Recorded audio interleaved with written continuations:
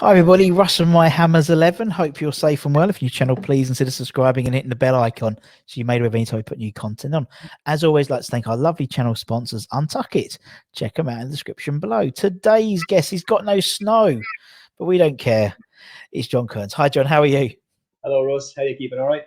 Yeah, not bad. I'm absolutely freezing. I'm absolutely freezing at the moment. Yeah.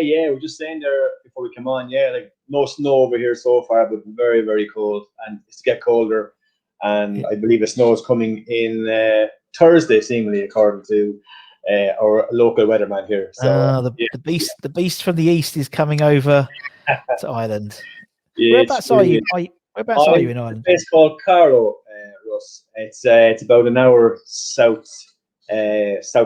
say, of Dublin.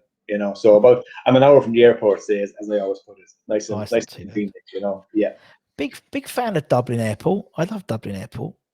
It's a good airport. Yeah. It's a very good airport. Yeah. There's two terminals, of course, now, but both kind of blend into one. Then going through departures and that. But yeah, it's a good airport and some good shops and a couple of nice little pubs as well. So it's not too bad. Not too bad. And how have you been keeping in this weird world we live in at the moment? Yeah, look, it's obviously weird, all right. I'm involved. I actually work here full time in the GAA club. So at the moment we have no action here at all. It's very kind of quiet that way. There's no, we would be a GAA club now rather than a county. So I'm not sure you kind of understand how that kind of works over there. But it's like say like a club team over there. But then say you have a kind of club team then that go towards say someone playing for say Sussex or Essex like that kind of way. So we would be a kind of club scene now. When you come to county scene, then that's kind of up a level, and that would be what over here will be classed as being an elite sport, all right, So, but at the moment, even though they are regarded as being elite, there is no training or anything at the moment. They're all kind of waiting on word to see can they go back training. So, but as regards ourselves here, obviously just at club level, we would be well down the scale when it comes to the elite sports sector in Ireland. So we have no one at the moment is allowed to even train. They can train on an individual basis and nothing else. So the club that way here at the moment is very quiet. We'd have a club bar here as well. At the moment, of course, that being classed as a wet pub, again, can't be opened either. We have a gym here at the fitness centre on our premises. They're closed as well. The only thing we have got on the other side of the building here is a preschool and after schools, which is taught actually through Irish language. And at the moment, they are currently opened in the afternoons from 2 to 6, Monday to Friday. So that's the only activity in the whole place. Normally it would be a lot busier, but that's the only activity at the moment is them kids coming in the afternoons. And they're only for parents. Their parents are frontline workers. So but they're the new ones that are there at the moment, yeah. So it's pretty quiet, unfortunately, at the moment, yeah. Oh, well. But West Ham are keeping us entertained, though, so that's one thing. They surely are, isn't it? It's been a great season overall, isn't it? Compared to other seasons, it's nice to be looking down on teams rather than looking up at them, which is great, Look, it's enjoyable overall, Look, I think a lot of fans will probably weren't too impressed when Moyes came in first, but he has done the business overall, couple of the seasons still I'd be a bit iffy about. He tends to be a bit negative at times, even like Fulham game again, like they're at the weekend. I thought as poor as we were playing, I thought the game was still there for the take, and then it kind of went a bit negative. But the subs when they brought them on, sometimes that kind of negativity might seep into the players and go, he's playing for a draw, and that's kind of it, So, so there had been a few games that way this season when I felt he could have maybe pushed on, but he's just kind of played safe instead. But listen, likely to be where we are at the table at the moment. If we were told at the start of the year we'd be sixth, we take hand on all. So exactly. Yeah. Exactly, and also, I mean, did we finish on 39 points last year? I think so. Yes, like 39.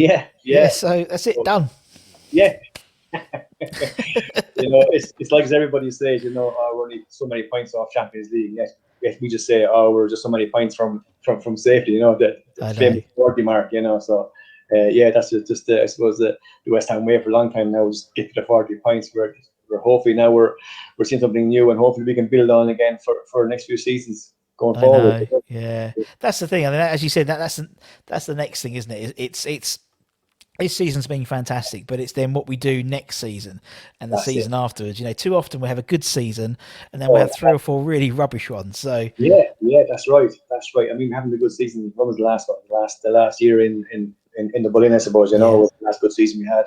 So which is a while ago now. You know, so as you say, the thing is to build on. You know, so look, we're playing reasonably well. You know, Moyes definitely has a great kind of a work ethic there in the team at the moment, and you know, I think you know we probably need to get a bigger panel, obviously. You know, and if you can get into Europe, which would be brilliant. I don't know if you can or not. Maybe it's hard to know, but if you can, I think it will help attract more players as well. I think, you know, so we may see what happens. But at the moment, let's enjoy it while it's there anyway. You know, I find it really hard to enjoy it. I'll be honest.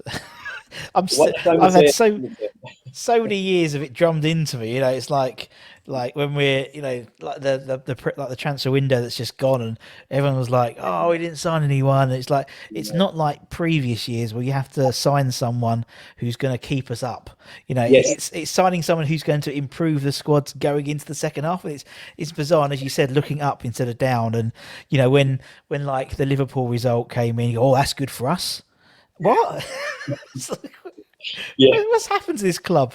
It's got Exactly. Yeah, exactly. And you know, and it's good that we're kind of like you know we're watching teams now in the top 4 or 5, you know, rather than teams at the bottom. So which is yeah. great, you know. And I think the pressure is off kind of Moyes that way too, and that's probably one of the reasons probably why he didn't go for a striker. He didn't really have to buy one. He knows he's safe Mm, for this season, you know. So you know, if it had to be in the far end of the table and then he didn't buy no one, but then I think there would be kind of all hell would have broke loose, all right, you know. But the fact that kind yeah. of listen, the pressure's off as such, it's been a good season, and hopefully we can keep going the way we're going. It probably would be nice to have a striker, but I suppose Moyes knew then he didn't really need to get to buy one, so kind of pressure was off, and hopefully Yeah. we get someone good, and then maybe in the summer transfer window. Well, that, by all accounts, you know, I think it's actually, you know, everyone was like criticized, but I was like, you know, actually, it's sensible. It's the guy he wants isn't available yet, Yes, so it's like, okay, exactly. well, why waste money? Yeah, And it's to be honest, it's very similar to my wife. My wife buying, she rather than wait for the things she wants, she'll buy the things she wants, she sees now, and then in about 6 months' time, she goes, oh, I wish I'd bought that. Da, da, da. Yeah, I know, and it's the same thing. So I think it's actually quite sensible. Um, sensible is right. Yeah, yeah, rather than panic buy. Yeah. So and like look at someone like Big Sam at the moment. He's sort of literally he was buying anyone he could get, yeah. and just to get some Right. bodies in. That's right. Just get But people in exactly, you know, and it shows too like it hasn't worked either, you know. It hasn't no, worked. So they're still no.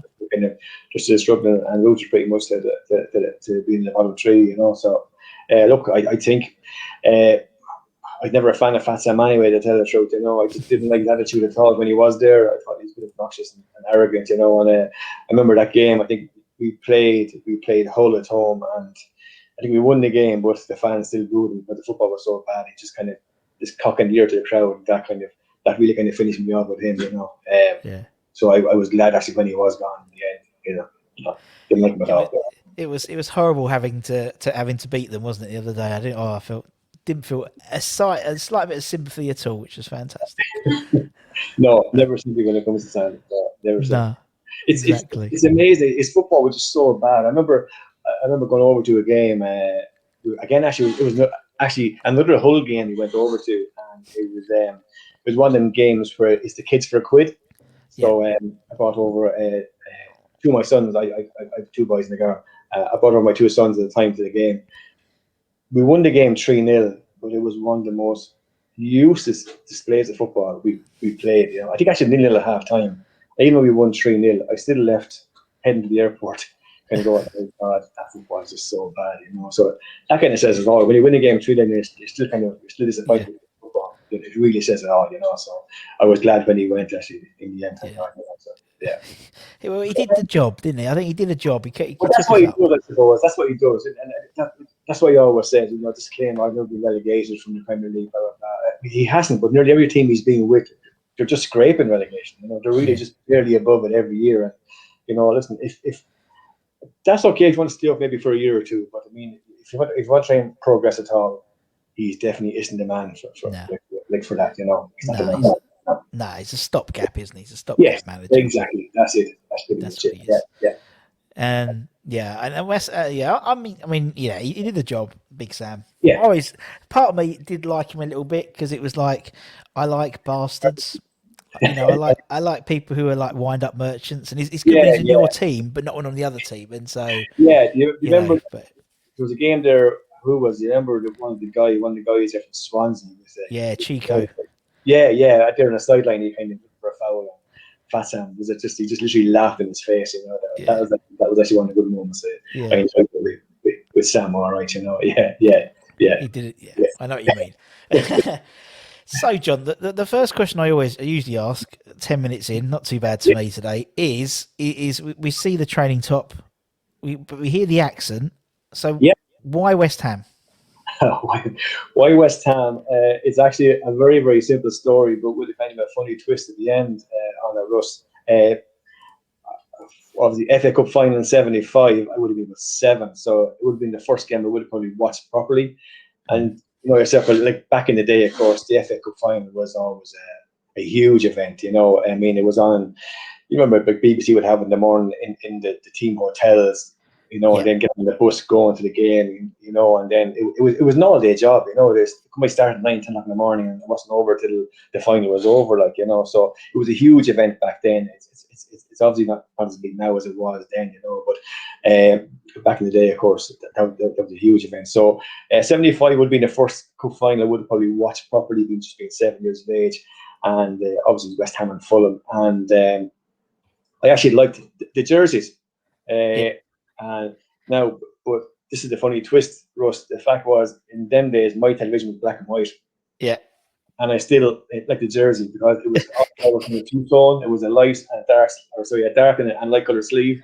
And of course, Fulham were just a plain white jersey. So yeah, I like their jersey, and even in black and white. Of course, won the game 2-0. So I've stayed with them ever since. And then, of course, when I finally saw the actual official colours, I said, "Oh, even better again," you know. So yeah. yeah, so that's how it started. It was just literally the black and white colours of the West Ham jersey that got me into it, doing the game, of course, and then went on from there. So, yeah, obviously, this has been following him ever since. You know, it's again 70s and even early 80s over here. It would have been kind of hard.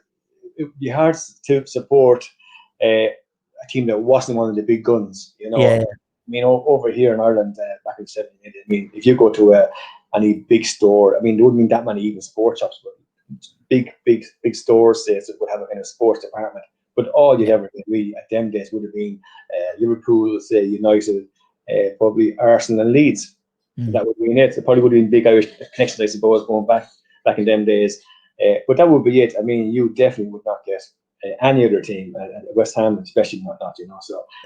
So it's hard to get stuff. So when I did get the odd jersey now and again, would have been sent over from England, it would have been the bee's knees. I remember seeing a guy actually, a guy here in Carlow Town. I saw him one time playing soccer over in one of the soccer pitches, and he actually had the full away kit. Well, he had the white jersey, white nicks, and white socks, and I was like, where did he get that kind of thing, you know? So because I mean, a jersey on his own was hard to get over here, but getting the full kit, so Okay. obviously he must have had friends or relations over in England, because when did you get it? You never get it over here in Ireland at all, you know. So like merchandise wise, it would have been kind of hard to get, all right, you know.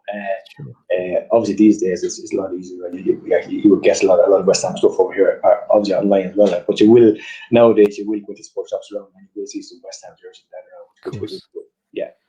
Well, of course, especially when we're in the Champions League next year, John. You know, it'll be all over the place. Yeah. I mean, top four club. We should be in every sport shop in Ireland now, you know. So And it's funny you say about the '75 World FA Cup rather, because yeah, we had Paul McGinley on, yeah, and yeah. he had exactly the same story, exactly Oh, the same yeah, story. right. Yeah. But Yeah, he had a colour TV, and it was the first team because obviously, and then Fulham turns up in black and white. But he's seen black and white, but he didn't see the claret and blue. So it's fun, isn't it? yeah. Well, obviously he had a bigger, posher TV than me. You know, he would have been in Dublin. Well, yeah. He would have been in Dublin, like down the country. We were kind of slower to get the colour TVs in, you know. Oh, I love it. And how many times? How many? Obviously, and pre-COVID, how often would you go over and Yeah, go over to I would the I see would him? go over. I'd look at go over at least 4 or 5 times a year anyway. You Yeah, know, I saw the chat there with Johnny McManus there a couple weeks yeah, ago. Yeah, so he's a good lad too. And we would have been kind of similar as regarding going over. Like, he would have a longer trip to meet up to the airport, so he'd be up at that area. But still, a normal day for me. Say again, I'm gonna go with my son now, Evan. He's 18 now, so he's enjoying going to the games as well. And normally we up say like at say 4 a.m. To head to the airport. We know by off by heart by now. We get normally the 7:40 flight. We actually go to Gatwick, and we get a flight back around 9:30, 9:40 on Saturday night. So we get home then. We're home around sometime between, depending on flights and times and traffic and that, we might be home sometime between say 12:30 and 1 o'clock in the morning. So that's a normal time. But again, in the last couple of times now, we've actually been over. We have friends actually over there. Give the guys a shout actually over there at the Horsham Hammers. I'll be pally with a few of them guys. I'm lucky to be being involved, Russ, there in the football aid games back in the day. I played in '02 and I played in '07. So I met a couple of friends actually from '02, and I'm still pally with them. So so I meet them over there now and again. I might go for the weekend. I might actually stay the night, stay in Horsham, and go for a few beers with them guys too. So it's handy as well, because going back the same day is kind of tough enough too. And it's good to meet the lads and have a few beers as well. So whereas normally if I'm going over back the same day, I'm back in the airport at home, so I can't even have a beer either and leave after the game. I went over there a couple of years ago to the. Myself and Evan went over to the United game. Remember, we won 3-1. It was a great win. And after the game, I met the guys. We were in the supporters club. And the place was obviously absolutely buzzing, But I was there. I think at one point, I sipped it for maybe 2 hours. Then back to the airport. Then where I felt like, a great performance, a great win against a big team like that. I would have enjoyed a good few points. That's why kind of the other side. That's the other kind of side of that too. Like that, if you are meeting friends, or it's like that, a few beers too, and to stay and enjoy the evening, rather than having to leave say around 6 and head back to Gatwick then and back home then, So, but listen, it's all part of it too. Like, but for many years, it would have been over. Say, it would have been just the day trip, and I go say 4 or 5 times a year, So, on a good year, maybe 7 or 8 times, So, but at the way we are at the moment, actually, Russ, is we actually have. Through friends over there as well. There's actually 4 of us here in Carlow Town, and we share with it 2 season tickets. So we have brilliant. So which is fantastic, So we get to go again at least say 4 times a year with that. Sometimes we might even go again to another game and get extra tickets if we can as well, kind of thing. So at the moment we have at least four games a year. To go over to, so which is great, So it's something fun as well. So hopefully, this season obviously it's going to be wipeout. Again, it's a pity because we're having such a great year, and it's again really as fans over here we get to go to a handful of games, but it's a pity because likes of the real die-hard guys who go to every game, especially home and away, like they've suffered for years, and of course this is the 1 year it's like home anyway. We've had some good wins there as well, especially on the road. And it's a pity, that the really true diehard West Ham fans aren't getting a chance to kind of soak this all in and appreciate it and I wouldn't say really appreciate, but probably just kind of to enjoy it, I suppose. Really, the wins we're having at the moment, Yeah. It's typical, isn't it? It's just typical West Ham. It is actually. It is, to be honest. It is, So, well, listen. Hopefully next year we can get back after a bit of normality, get over see a few games, and hopefully similar results to a lot of the games, and we'd be very happy, He is hoping. I don't. I mean, to be honest, I was only the other day I was talking to someone, and as you said, the diehard guys who go home and away, football is such a huge part of their life. They might be doing it for 30, 40 years, and over the last year, they haven't been to a football game. Right. Yeah. It's bizarre. It's think about it's like literally it's like it's completely been taken out their lives. They must have saved a shitload of money though, I'll be honest. They have to have. I remember seeing actually one guy who used to go over, even maybe in Dublin Airport, and he definitely must go to every home game, I'd say, from Dublin. And I go, oh my God, it's cost. Again, too, like, isn't Ryanair that way? Pretty good. You know, you can get a good bargain now and again, but sometimes, of course, games can be changed for TV and things like that. And I know there one year, between two seasons, say like the end of one season, beginning of another season, I actually had like 5 flights I had to cancel or change because they were changed. 5 games in a row, I actually had to change because flights or games are changed for be it cup or be it for TV or something like, you know.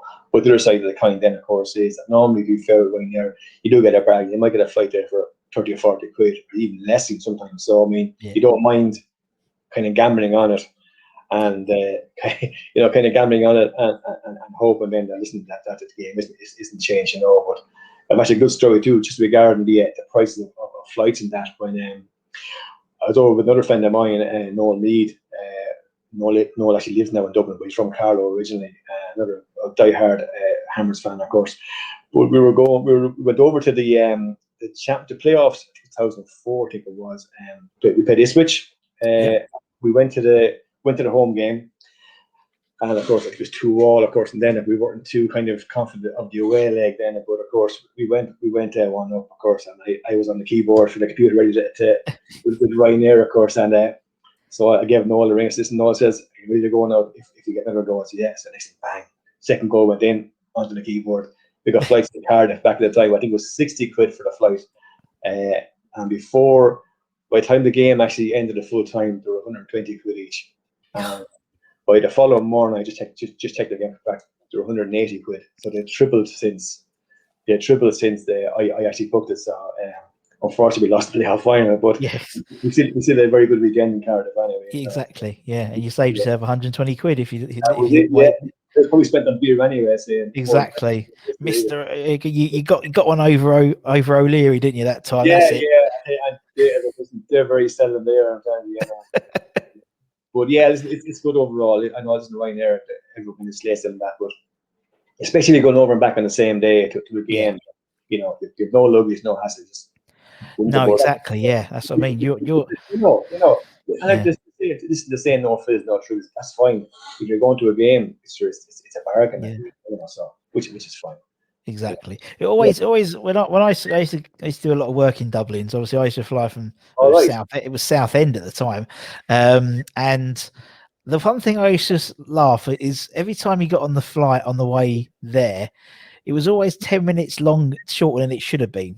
It's almost like they said it was going to take an hour and 10. It took an hour or 50 minutes. Right. And so every time you landed, it was like, another flight has arrived on time. Which, no, it's not. It's because you've put the time. And I went, Leary. That's right. Yeah. And I remember actually we were coming back from a flight one time and it was delayed coming back. And of course, there was no sound, there's no trumpet. Next thing, there was some fella let a roar out of me in his finest Dublin accent, says, "Where's your bleeding trumpets now?" The good humour, of course, you know. So and the whole plane, of course, broke into laughing. But obviously there was no trumpets because we were actually well delayed coming back this night. But yeah, as you say, it's true. Yeah, they always add on the extra 10 minutes there, so they're pretty much nearly always on time then because of exactly. If you look at the timetable, even they might say like leave and say Gatwick now for argument's sake. If you leave say at like our flight in the morning, when on Saturday morning, normally say 7:40, it might say arriving like at something like 9:10. So it's allowing like 90 minutes for a flight, and like it's never 90 minutes for it, you know. So that's why they get to play their trumpets. Exactly, they love their trumpets. A lot more because we want to be in time anyway, you know. Yeah. Exactly. Right. Okay. Let's talk about your Hammers 11, John. So obviously, everyone we have on the channel, bar a few people, have given their Hammers 11. It's the whole point of the channel, really. And the idea is you pick an 11 from the players that you've been alive to see play. Now, fortunately, sort of 1975 onwards, not a bad spread. Not a bad spread of players, which is good and bad sometimes because you've got a lot to pick from and stuff. Well, that's it. If I go for 75, it's actually got a huge pick. So to be fair, and make it easier for myself as well, actually, I kind of went for players that I've actually seen. I've actually went over and seen play. So it's a little bit easier. Not much easier, but a tad easier. And I'm also going with a 3-4-3 formation again, just to accommodate players that especially in the back line, because I would have been involved in playing. Like I said, I was more kind of GA than soccer, but I did play both codes. I would have been playing in goal, so I always kind of look at goalkeepers and defence probably more than the further Sure. defeat, such as a good or a bad habit. But so that's why I went to the 3-4-3. It was the three defenders that I was really kind of keen to make sure that I got in onto my team. Sounds good. Right, let's start in goal then. John, who will be in goal for this team then? Okay. Well, again, being a goalie, of course, I always say that goalie is the most important position in the field. So I am kind of biased with that. But I have to say, listen, to West Ham, I think over the years have been really, really lucky to have some fabulous goalkeepers. Like Rob Green, Xhaka, Ludwig McCloskey, of course. But I'm actually going to go with our current goalkeeper, with Lucas Fabianski, of course. I think, he probably had a little bit of kind of a dodgy start when he was with Arsenal. When he went to Swansea, he really, really improved. And I thought when I heard that he was joining West Ham, I was actually over the moon. I think he's a top class goalkeeper. I think too that he's just so reliable. I mean, he makes very, very few mistakes. And you have to see the games there yesterday, with Allison and the Hayes. I mean, Fabianski makes very few of them mistakes. I think he's just so reliable. And plus too, I like he kind of listen when you have a goalkeeper like of that caliber behind you. I think it inspires confidence too into the back line. And I think last year kind of proved that when we had Roberto in the you could see too that the nerves had seeped into the back line, because they knew when the ball went over the top, it could have gone anywhere, and more likely it did go anywhere normally, of course, in the back of the net. So look, I was delighted when Fabianski signed. I think he's really, really a top goalie, and there's another couple of years left in too, I think. So, but plus two, it's just on the goalie topic. I think we're lucky too. We're a very good backup in Darren Randolph. Yes, of course, very, very good. There last year when Fabianski was injured, we're going, oh sweet, jeez, now Roberto's in the goal, and and everybody knew it's trouble straight away. Whereas now, okay, I know at the moment Randolph's so injured himself, but in normal circumstances, when Fabianski would be injured, say, I hope it doesn't happen, but if he did again, the confidence will still be there when Randolph comes in, but he still is a top class goalkeeper. And again, I was delighted too when he re-signed. Back again as backup, top class backup goalkeeper. But Fabianski, I'm thrilled with him, and listen, I rate him in the top 3 in the Premier League easily. Yeah, I really do. I really do. He's just so reliable. He very, very rarely makes even the simple mistakes. You could count on probably one hand the mistakes he's made for the club, which is amazing, really. When again going back to yesterday, Alison there made 2 mistakes there in 5 minutes. And they were very, very poor. So the likes of Fabianski making them they're very, very rare. They're very, very few and far between. So because of that, he's my number 1. Yeah, and it's one of those things as well when like the Fulham game, for example, a few times Loftus-Cheek and Lookman did some out of the box, about 25-yard shots, pretty much straight, and it's like I wasn't even usually you go because it's a wet pitch, but because it's Fabianski, you think. And you sort of you almost turn your head away and look who's going to throw it to. There's no assumption that he's going to spill it. You know what I mean? That's it. And I'm sure. Listen, I'm sure the defenders feel the same way. They know the kind of balls coming in, but even balls could come in flying there low, and that he just deals with them so easy. He makes them look so easy, and they're not just looking like the tricky ones that have to be dealt with. But he's just so reliable that way, and he definitely is. He's inspiring confidence then to the players further up the field. Definitely. Right. Okay. So Fab's in goal. Okay. So we've got a back 3 then. Who's going to be your first one of that 3 then? Again, I'm going to stay with the current team, and I'm going to go with Angela Okpana. I've been very impressed with him. He's also actually won me a few bob on the more importantly for scoring any time. But last season I got him there on a few occasions at the now it wouldn't be big money on him by any means, but just for a bit of fun to watch the game. I mean, he was there. He was 19s, 20s, 22 to 1 there in certain games. Now now Paddy and I was having about 12-1 max, so they've copped onto him, I think, at They this stage. copped him, yeah. So, well, listen, he's been very good, since he came to us there in 2015 from U of A, and I think he's really, really improved in the last 18 months, especially. He just does the simple things. He's improved so much too. I think he's still improving, even though he's kind of getting on in years. He's just so steady. He really is. And it was a shame there that I didn't get that.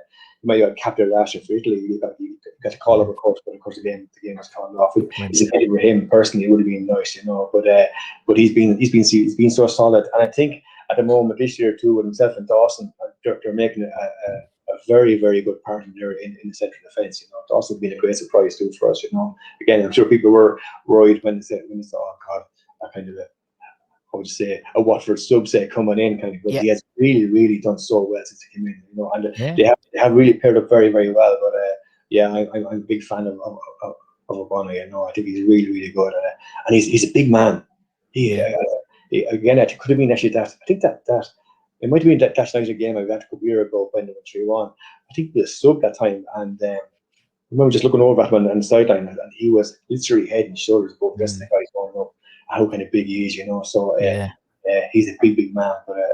But I'm a huge fan of him there as a centre half. Yeah, definitely. And as you said, he seems to have just like the last couple of years, it's just like blossomed, doesn't he? Yes, he really seems to blossom. He really, really has. And he's obviously one of the first names on the team sheet now. So I suppose again at the moment, be fair, we have got a kind of a settled team overall, which I think is a big help too. So because we are kind of playing well pretty much overall, but he'd be one of my first names on any team sheet anyway. Big fan of his. Definitely. Right, Oggie's in. Okay, so who's the second one of this trio? Back a couple of years now, and I'm going to go to the good old James Collins. Oh, let me find him. There we go. Good old Ginge. Yeah. Top man. Yeah, top man is right. Yeah, one of my favorite players actually of all time. I have to say, I just love his attitude. He's just a good old fashioned die-hard centre half. I think that he just puts his body on the line there without thinking. Without a shadow of a doubt, he just gets stuck in there straight away. He left, of course, and came back for a second spell. That was great too. I would like to see him kind of come back. Just one of these fans' favorites. Everybody kind of loves him. And he still obviously has great time for West Ham now, even though he's not with us anymore. So I think, and fans, I think too, kind of I don't know, kind of fans kind of appreciate that too. I think that that even when players do leave, they don't actually forget the player, forget the club, and the fans too. West Ham always had great fans anyway. And I think I think they really appreciate too when the players or former players come back and appreciate the fans then too. I think that goes a long way. It really does. So like I said, look, it's just a great fan. A great fan of James. Like I said, old school, old style defender that just got stuck in, and there wasn't a care in the world. He just put his head in there. Oh, sorry about that. He would put his head where he wouldn't even put their feet. That kind of defender. So on them, that's why I'm picking him as one of my other centre halves. Yeah, and you're right. He just wouldn't. He just put his head where he shouldn't he? Just basically, and as you said, people love him because of that. Because he just didn't he had no regard for his body. He's just so determined not to let a goal in. But top. Yeah, and as West Ham fans always say too, listen, all West Ham fans ever want players to go up and just give 100% to the jersey. If they're to the cause, that's all West Ham fans want. Is when a player comes in just to give it for the jersey and they will be well supported for it, sort of will. Of course, and that's the thing. It's like we don't ask for much from a West Ham fan. Do you know what I mean? As to players, just got to give it a go, innit? As long as they give it a go, that's all we're. As long as they put that 100% in, that's all we really want. To be fair, yeah, that is it. That really is it. And as you said, we are easy pleased overall. To be fair, we're a little kind of finisher now. I think this year for some reason, we don't play well, but we get used to kind of playing well and getting results now. That when we don't get the result, people are starting to get a bit kind of finicky now, all right, so we're getting like the big guns now, I suppose, Yeah. but I suppose that comes with kind of winning games too, I suppose, but as we were just saying earlier on, listen, we are kind of easy pleased overall, and it's just the simple things like just giving it everything you have, and that's all the fans really want, So Exactly. Right, okie dokie. Let's put Gin, Oggy, Ginge. Who's the last one of this trio? The last one then I'm going for is the guy who joined with Ginge back in 05, and that is Danny Gabadon. Danny Gabadon. Let me find Gabs. Yeah. Got to find him. Let me find him. Here he is somewhere. There he is. There's Gabs. Yeah, good stuff. Look, the one thing I noticed about him, again, like I said, was being kind of more kind of into the defence rather than the other end of the field as such. I'd be kind of watching that side of things, I suppose, a lot more. The first thing I noticed about Danny Gavin was he's not the biggest man in the world. He's only about 5'10", so but he's very deceiving, like, for a centre half. He kind of reminds you of Stevie Potts, not the tallest player in the world, but dealt very, very well and easily with any high balls that come in. I just a big fan of him. Again, he just did the simple things right. There was no kind of airs and grace about him. He just did the job, and I just how do you say it? I don't know. I suppose I kind of found him easy on the eye, as such as regarding his football. He just did things just so kind of simple, like he wasn't kind of like Collins as such. I didn't think he just more kind of just did things a lot more kind of simpler, but comfortable on the ball, and that I just really enjoyed his football. It's a pity he was kind of plagued a lot there with injuries, and I know that the hamstrings and the groins. I remember actually. Remember in the old days, of course, outside the Berlin, of course, when games would be over and players would be coming out signing autographs. So I was there with Evan, my son, after one of the games, and he came over just to sign something, probably a program, I say, for Evan. So the first time kind of seeing him up kind of close, I said, my God, he really is only about 5'10", So so I couldn't believe how small. I remember saying him. He actually came off injured in the same game, actually.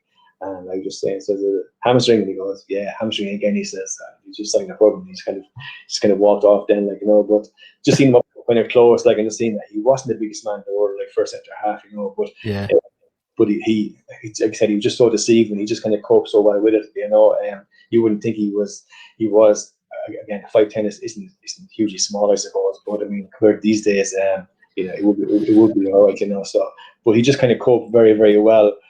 With any ball that came in, he's so deceiving for a guy that was only 5'10", say as such. But again, like I say, just one of the kind of players I just took to for some reason.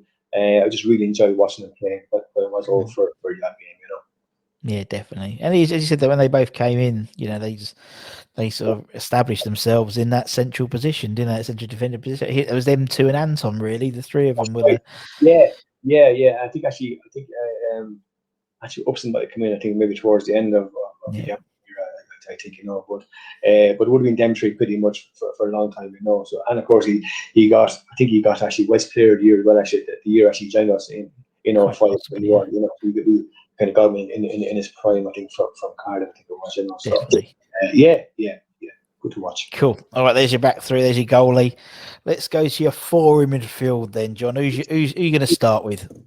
I'll start on the left wing. Yep. And again, I was kind of caught between two guys here. I have to give a mention, I think, at least. That's Matty Edrington, good old fashioned, just a winger. I just love his pace. But I'm going to go for a guy who wasn't there as long as him, and that is Dimitri Payet. Yes. I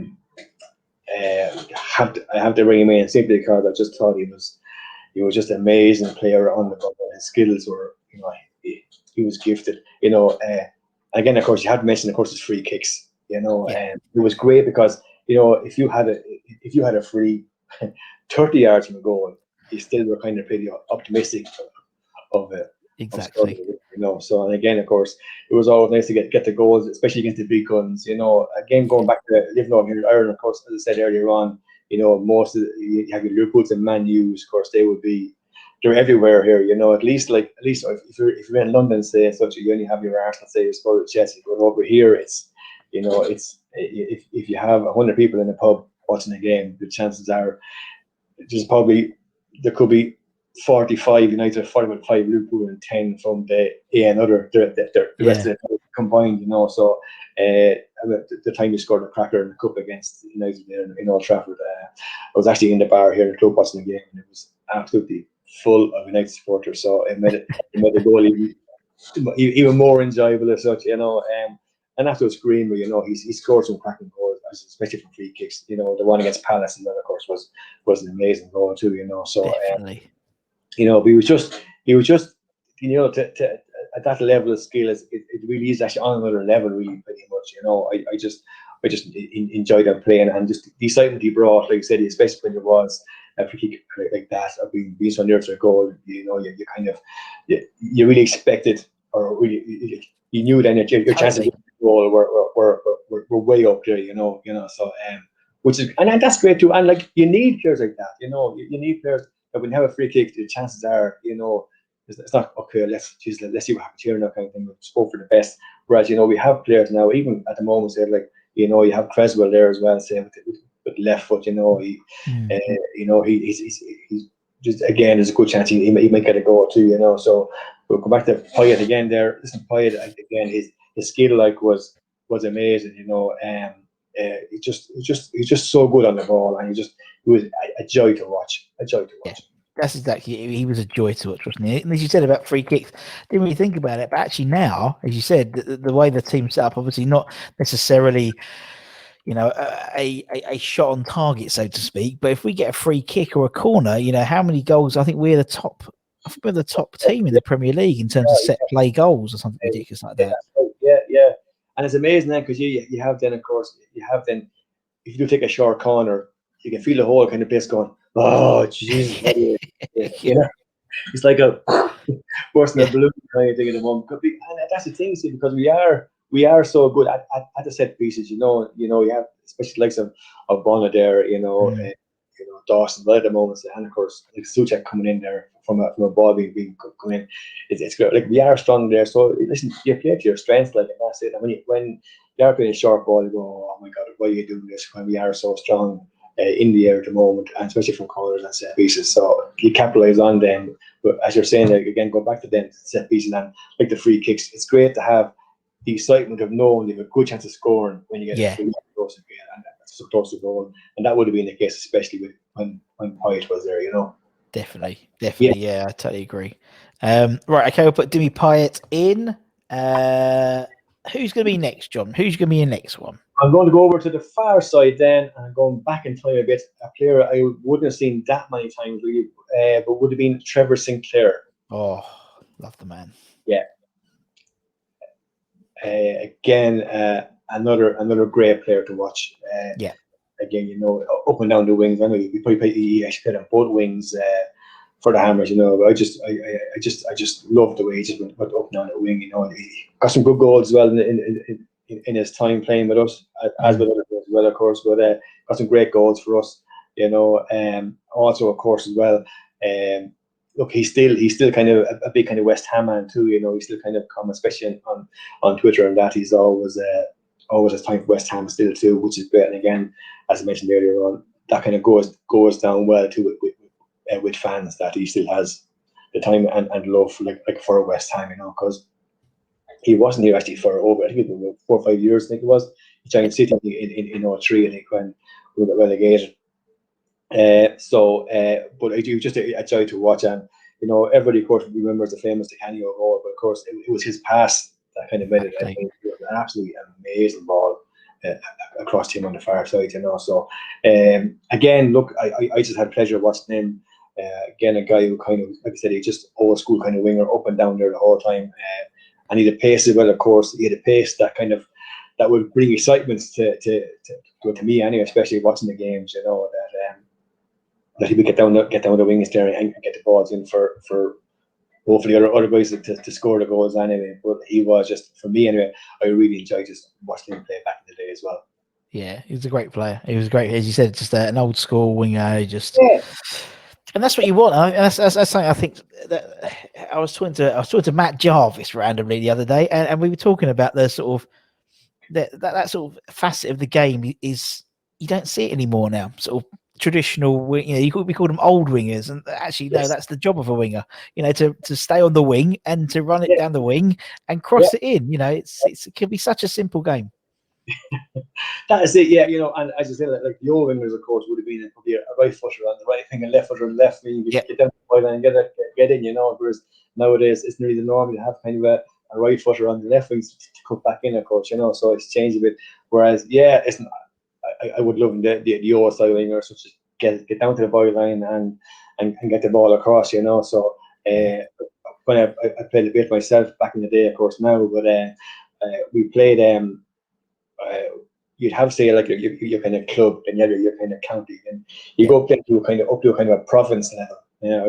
I just played. I played one game actually for Leinster, say so. And we would have played against Mid Ulster up in Dungannon Swifts up in their pitch. So I was in goal, of course, and we won the game 4-1. But all 4 goals that we made was from either 2 fullbacks or 2 wingers. And this is 1-2, 1-2 down the line. That kind of like cross in, bang in. All 4 goals were identical, and 2 from right me again. Just go back.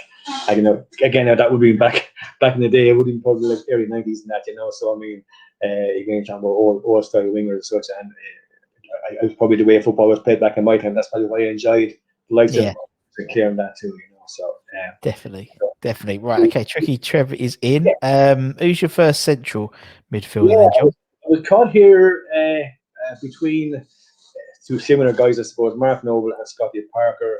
And I just want to shade to the Scotty Parker on the fact that for the years he was here, he gave great service. Obviously, so did Noble, but I just thought skill wise, he probably shades it over Mark. Hammered year 3 years in a row, kind of says it all too. Some good goals, some important goals. I just think too he would just. Again, he's very, very similar to Noble that way too, as regard he's a great team player, too, and he's just a great influence on the players around him. I just thought it kind of, when players needs to be lifted, like he wouldn't just do it by words, he'd do it by his actions as well. He would get a game by the scruff of the neck there and bring a team through, and he did it on countless occasions over the years where he might get a goal or make a tackle that just changed the game and got us back on the front foot again. And look, I think it was just that kind of player that just he was spur a team on the same as he was spur the fans on. So he get everybody going, and just a great all round player that another player that I really enjoy watching over the years. Sounds good. Yeah, totally. As you said, he was it was. And again, we say all we want is people who work for the badge, and he did that. As you said, every game, game. And that's the thing. He gave 100% in every game. And, as we said earlier on, that's what all the fans, everyone is that. And, listen, to be fair, if you go to, there's very few players that probably actually do that. There's players that have off days or things like that. But you just one of these kind of guys that just seem to kind of give it and just seem to have it every game. He played very, very, very, very few poor games. Again, like I said, I would maybe say 4 or 5 times a year at best, probably that sometimes. So, but anytime I did see him playing, he was always one of the best players on the field. So again, that's one reason why I would have him in my midfield selection. Definitely. And who's he going to partner in? Another one then is going back to the current team, and I have to say I have great admiration and huge fan of this man, and that is young Declan Rice. Yes.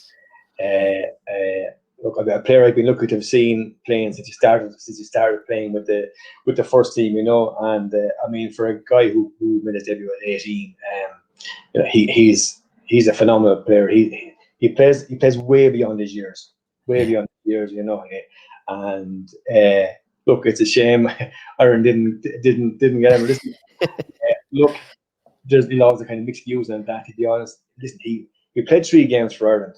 Okay, he was man the match in 2 of them, and he played pretty well 2 in the other game.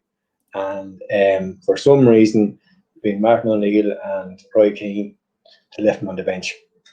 I'll never know why. Okay, I knew even back then how good he was, So listen, unfortunately, Ireland's lost, of course, was England's game. But listen, at the end of the day, listen, he's an English guy born and bred, so I mean, you can't have any kind of problems with him playing for them, But it's just so frustrating the fact that he played, like I said, he played the 3 games, and got man of the match in 2 games, and still they didn't warrant giving him a full cap. Like, I just couldn't understand that. So but listen, for him personally, I'm actually delighted that. Look, to be fair, he always would have wanted to play for England anyway, being his home country. So Yeah. but like I said, it's unfortunately now it's our loss by not picking him. But at the end of the day, listen, I'm just a fan of him as a West Ham player. So international wise, it doesn't really bother me as such. So but again, listen, he's been a player that I gauge. He's just so reliable as well, and he's just constantly good. So again, he's for a guy who's just on the boys now, like 22. He's a phenomenal player, and That's crazy. It is. It really is. It really is. To play like every minute of every game there last season as well. He's still going strong at the moment too. Like, he just plays so well the whole time. And look, the key, of course, is do we keep him? Or can we keep him rather? Well, and at the moment, of course, we're playing well. Look, we're improving as a team. We're getting up the table. If we get into Europe, it's a step. Look, if we can improve on that. Maybe, who knows, but we could get Champions League maybe in another year or two. If that was the case, maybe then he probably would stay, and we could attract other big names to come to us as well. Listen, as West Ham fans, of course, like, listen, we live in hope, don't we? So we always hope for the best in that. Look, if that doesn't happen, obviously you can't see him staying forever either, So if we don't progress, he won't stay. And listen. No. There's not one West Ham fan will be good to move anyway if that is the case, But for now, anyway, he's in my midfield selection because he's been simply been fantastic since day one. And like I said, he plays way beyond his years. He's a phenomenal player for just 22 years of age. Yeah, fantastic. Definitely, and I think also there's, and you touched on it there.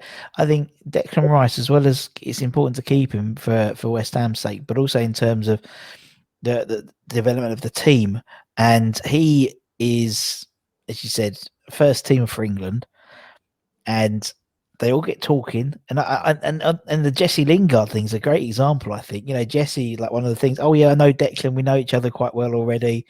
And if we can keep attracting players like that, England quality players who are coming through, Mason Mount, who knows? And so he's gonna be a very useful marketing tool for us going forward, I think.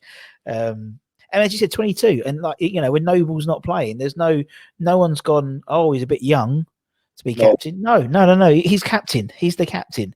It's crazy. It's crazy when you see how many games he's played for us and stuff like that. And particularly back in the day, we've interviewed loads of ex-players who were maybe breaking into the first team around 19, 20, something like age. He's played 20, 30 games by then. It was mental. Absolutely mental. Yeah, and you made a very good point there, Russ, on that. I mean, that the fact that he was made captain, there wasn't a blink of an eye from anybody. No. We said it all.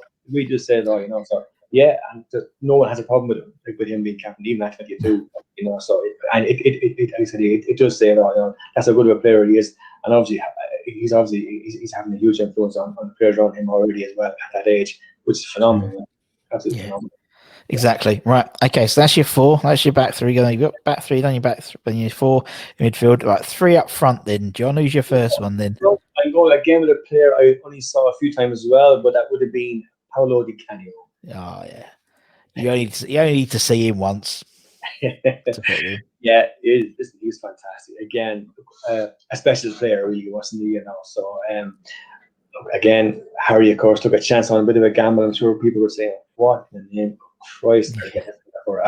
After Sheffield Wednesday, of course, but it proved to be a bargain buying. Then was it like $1.5 million?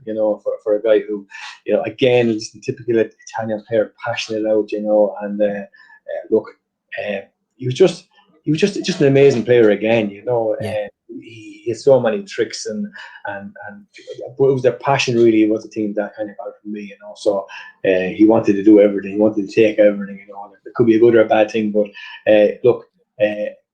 Again, he was just so passionate, as I said, and again these days too. He still has a big soft spot for West Ham too. Again, thing which all West Ham kind of fans do love and do appreciate about former players.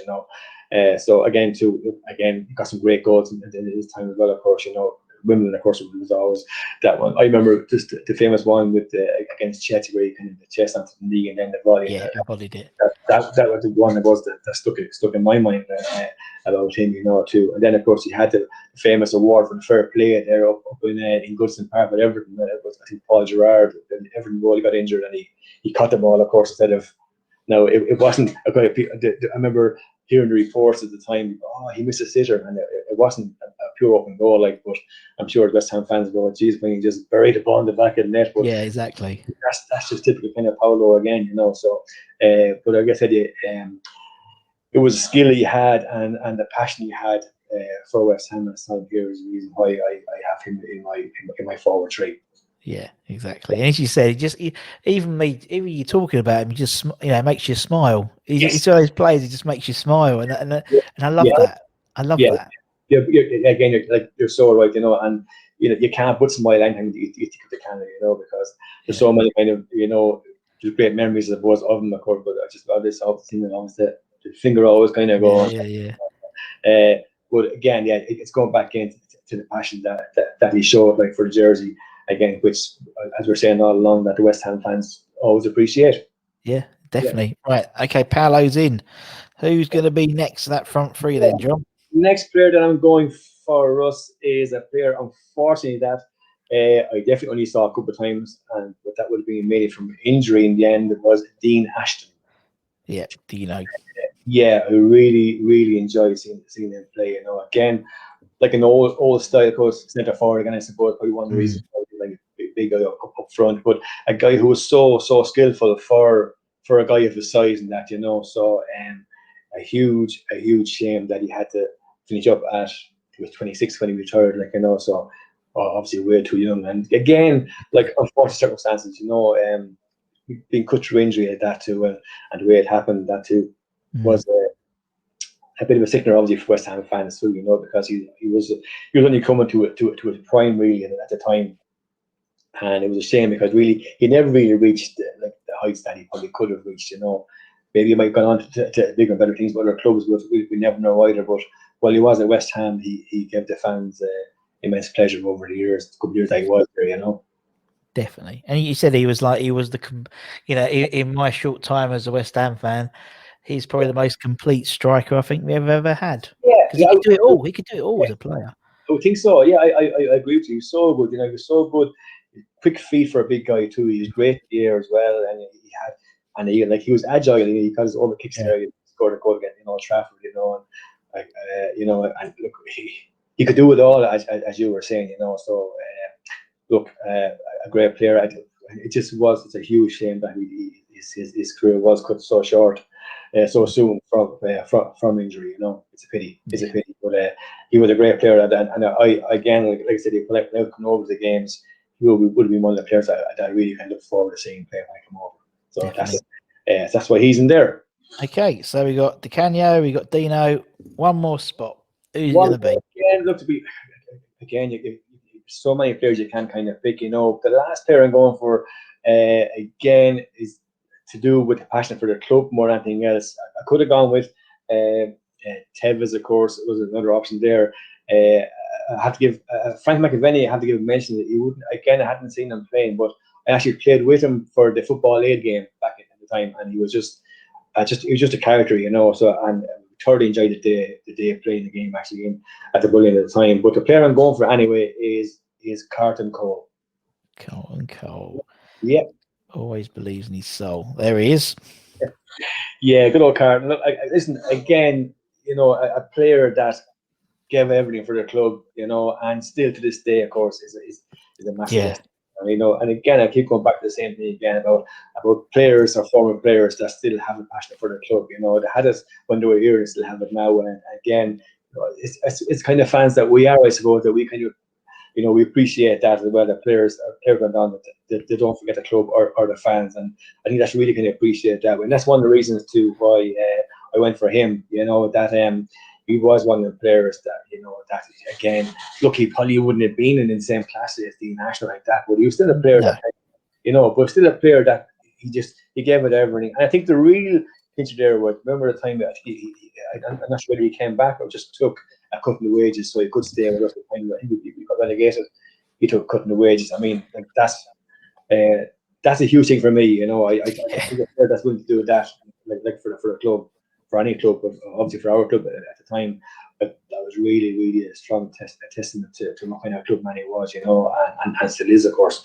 You know, so look, he was a kind of player that like I said, I just loved his loyalty. And that what kind of gave it, kind of swung his name in there for me. On that, he still got to make 55 goals for us all the same over there. Goals. I always remember, of course, the game where he played night in the snow in the League Cup. We won 4-0. Of course, he got coupled that night. You know, they were actually good memories of that. You know, so but again, like I said, it really is the loyalty that he showed to the club over here, especially that time about the wages, that kind of swung it for me, and that really kind of made me kind of appreciate him all the more, that he it wasn't just on the field, it was off the field too, that he gave it to West Ham, and on that's the reason why I have him in there as my last player. Definitely. You're right. It's like he's the epitome of when we say, you know, having players who have a go. You know, as you said, no disrespect to Carlton, but he was no Dean Ashton.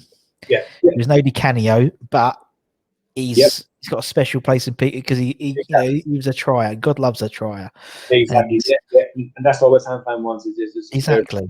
Give everything for the badge. And he epitomised West Ham really, because in the fact that West Ham used to, well, until this season, West Ham would lose to Burnley 3-0 and then turn over Man United 3-1, as you said. And he was that person. He would do, I think it was the Tottenham game many years ago where he scored an absolute worldie, and in the next possible time he touched the ball, I think he basically let Jermaine Defoe go through. He literally laid off a ball. And that's Colton. That's why we loved him. That's why we loved him, man. Yeah. Actually reminds me of a certain footballer over here that played for our club back in the day. Same thing in the Gaelic. That was not soccer, but in the Gaelic, where he could put a ball in the top corner from 30 yards, and then the next shot he could put it in the stand from 3 yards. You know, so he's that kind of a player. You know. Yeah. But we'll come back to Carlton and say, listen, he epitomised everything about West Ham, and look. He's still one of the fans' favourites, you know. So he's hugely popular in West Ham, and I said because of his popularity and his loyalty to West Ham, and that's why he got into my 11. Definitely, and that's it, John, and that's the 11. That's it, Ross. It's been lovely. It's been lovely chatting to you. I've thoroughly enjoyed it. Thanks for having me, and it's great. And keep up the good work. It's great to watch, especially in these times, you know. So it's great to have something there to look forward to in the evenings, you know. So fair play to you, and keep up the good work. It's a pleasure being on. Thanks for having me. Absolute pleasure. And obviously, thank you to everyone for watching and listening, whatever you've done. Give it a like and give it a share. And from myself and from John, take care, everyone. Stay safe. Wash those hands. Get your jabs. Come on, you irons, and we'll see you again very, very soon. Take care, everyone. Much love. Take care. Bye-bye.